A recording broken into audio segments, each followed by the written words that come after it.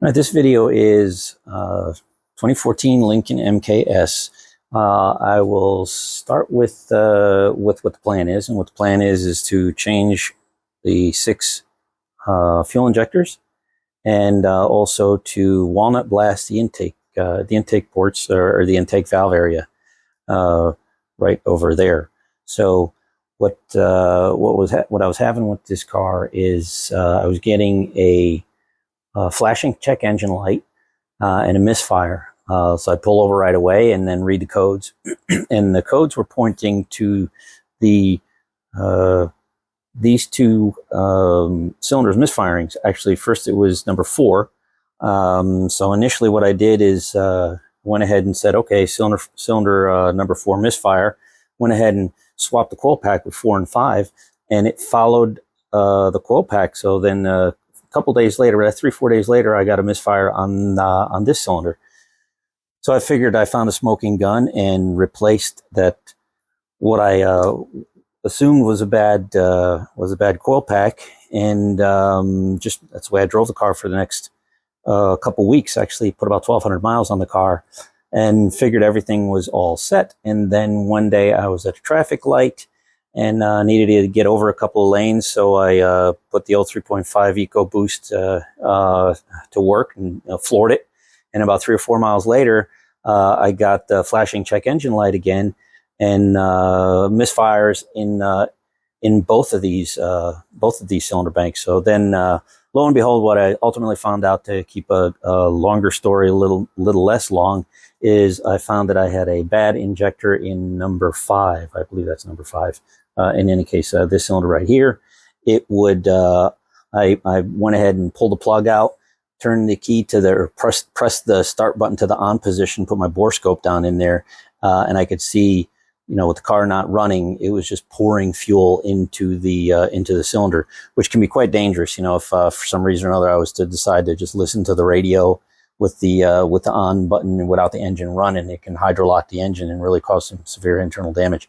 So going ahead and taking the car apart over here, what I did is I've got it somewhat apart over here. I did pull this fuel rail. I left the injectors in here for the bead blast, or for the walnut blasting purposes. So I've got the rail out, but the injectors are still in, blocking the hole. So I'll make sure I don't get any walnut shells into the engine itself. So what I've done here so far is I have cleaned. You can kind of see the difference. I just finished cleaning cylinder, I believe that's number 1. And you can see the difference over here between cylinder number 1 and cylinder number 2. The next one's back there. They are awful. That cylinder was actually even worse than the others.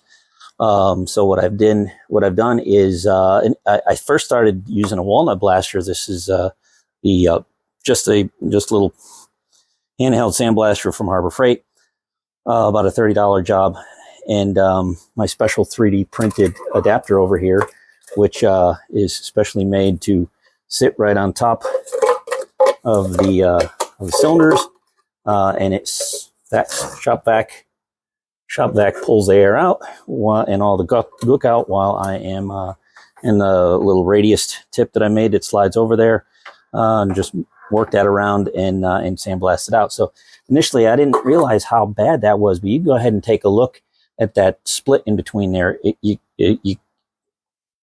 can't tell now. You can tell and take a look. It's like I didn't realize how much buildup there was on there. So actually what I wound up doing is scraping most of that off with a screwdriver. Screwdriver, pick, whatever I can to scrape things off, but be very, very careful. Do not hit the valve stems. But quite a bit. As a matter of fact, man, I scraped off so much that it filled this port up. That's where this tool comes in fantastic again, because this seals up very nicely. And I use this with the walnuts in the off position, blow it around in there, cleans it right out. Scraped again, blow it out, scraped it in, blow it out, scraped it in, blow it out. And then when I was pretty much done scraping, then I gave it a couple of hits with with this handy dandy little blaster over here. Use fine walnut shells, also purchased at Harbor Freight, 25-pound box. I think it was like 20 some odd dollars. Works great, and it's it's enough to knock everything clean, but not be super abrasive. And so that's the plan, is for the next few cylinders for the other 5. Now I'm going to have at it and start scraping the other ones. Now you can see that rear set over here, the valves are open. So these valves are open, and these valves are open on 3 and 6. So you have to make sure that the valves are completely closed, so that you don't just pour all this garbage down into your cylinders. So very, very important. So my plan for that, since all the fuel lines are detached, is right on the starter over here. I'm going to go ahead and jump the starter. I'm not going to go through that. You kind of take that one up on your own, because I don't necessarily condone doing what I'm doing. That's the way I'm going to turn the motor over. The other way is to put a big wrench on the crank and give that a turn. But I'm going to go ahead and I'm going to pop the starter. I don't want to use the key, because all the fuel lines are disconnected, so I'm going to pump fuel all over the place if I turn the key on. So once that's all said and done, put everything back together. The one more tip that I have, I am doing the fuel injectors, as I mentioned, and these fuel injectors from Motorcraft are about $120 a piece. But Motorcraft does not make fuel injectors.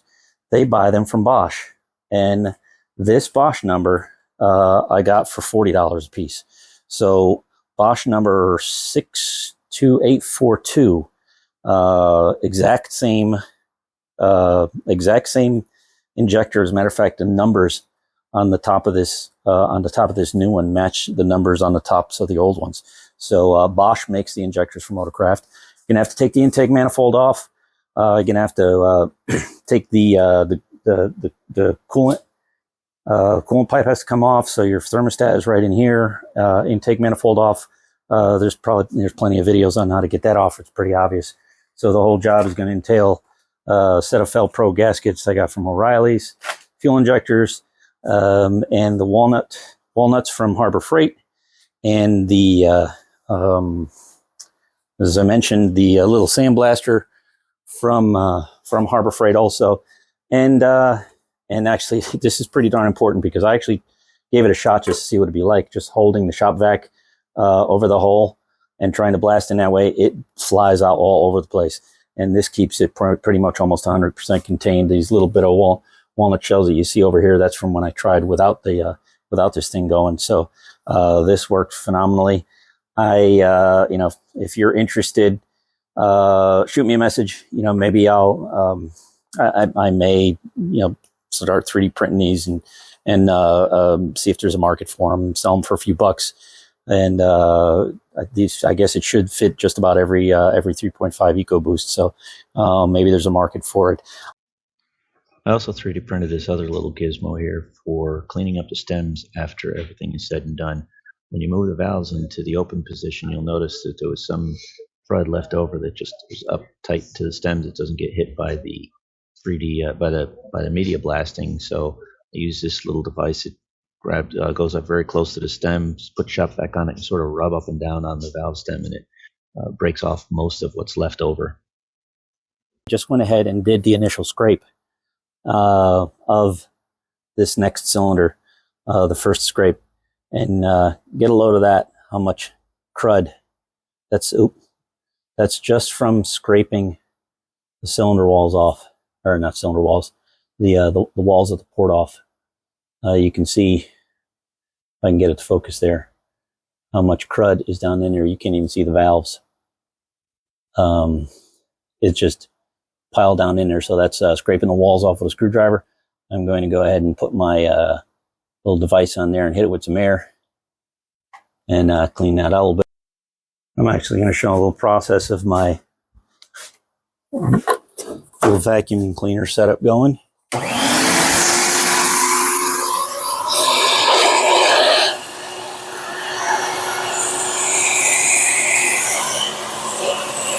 Hit it with some air, but without the sandblasting, just to suck up all that crud that I blew in there.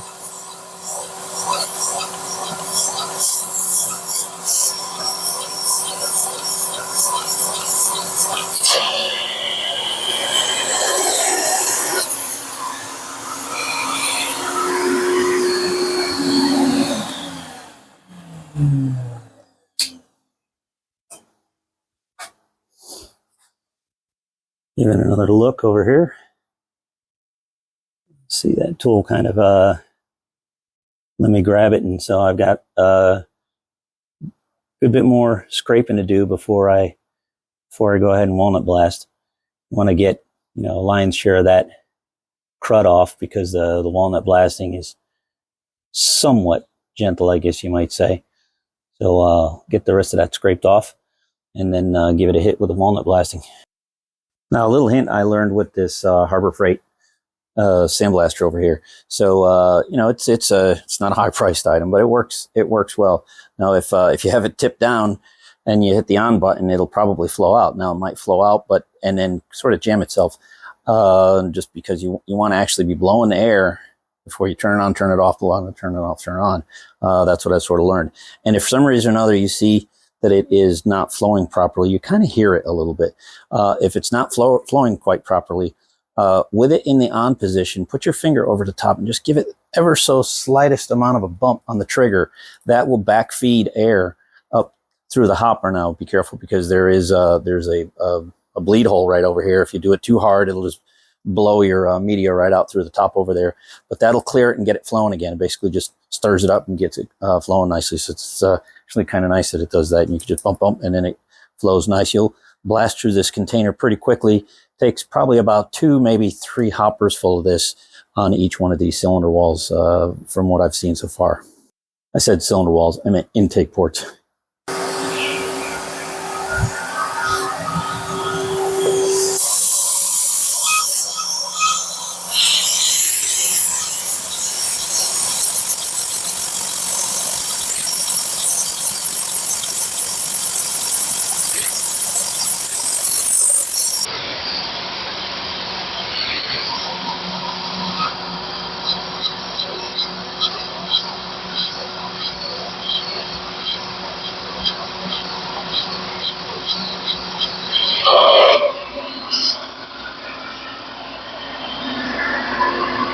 And each time I turn off the walnut flow, I'll blow it around with air a little bit with the walnut flow not turned on, in order to get all the walnut shells out of there.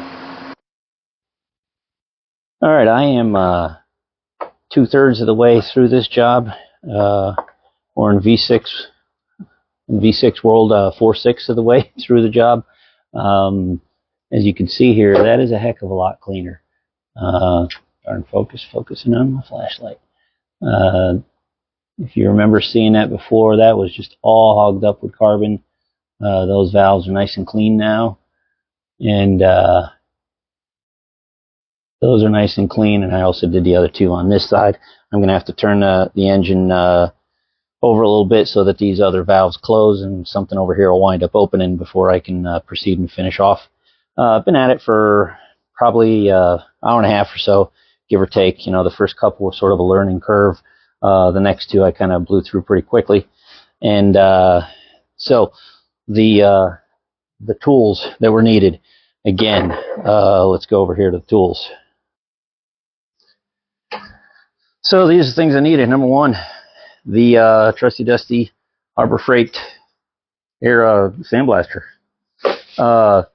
20 pounds or 25 pounds, whatever comes in, of the fine walnut shells. They have fine and they have coarse. You'll want the fine.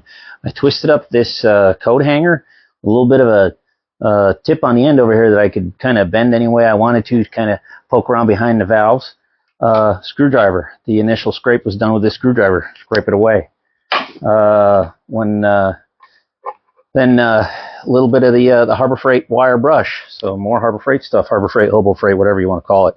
And last but not least, probably the most important, I don't think I could do this job without making a complete disaster, is my 3D printed shop vac attachment that fits over the port over here. It sucks the air through the outside into the shop vac, and it has a hole in here for the little sandblaster, and I actually have a little radius adapter that slides onto the tip over here. This tip is tapered, so it just got just the right diameter, so it can roll around in there a little bit. I wish I had actually a little bit more radius, but actually it worked out just fine. So that's the way I'm going to finish this off. I have a feeling this car is going to run so much better Caveat to this, just so everybody knows, the reason it's so bad, I guess, this car has 250,000 miles on it, still running strong. If it wasn't for the bad fuel injector, I wouldn't be in here doing this. But I know my fuel mileage is not what it used to be, probably in the 19 range when I'm going back and forth to work. But I've got a little bit of a heavy foot. I used to get about 23 on that same commute. If I drove like a grandma, I could get upper 20s. I can't get that anymore. I have a feeling I'm going to get a lot of that back because that gook on there was just so dang thick. So that's it for this one. Hey, like and subscribe if you want to. If you don't want to, I don't care, because I don't do this for money. I'm not like, the whistling butthole or whatever that guy is. So, all right, see ya.